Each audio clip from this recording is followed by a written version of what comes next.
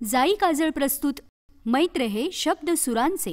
लगन तो से लागे बनमा, लगन तो से लागे।